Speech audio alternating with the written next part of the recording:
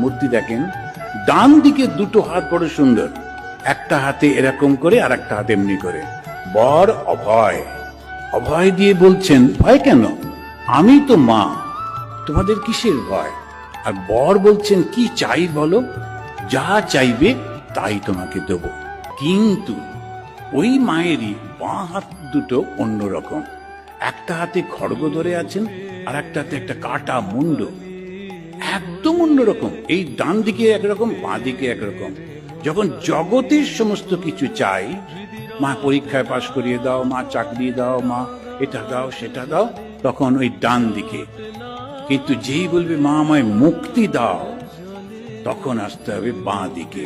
এই বামা কালী, বাঁ দিকে যিনি আছেন, তিনি ওই খড়গটা কাউকে কাটার জন্য না, অহংকারটাকে কাটার।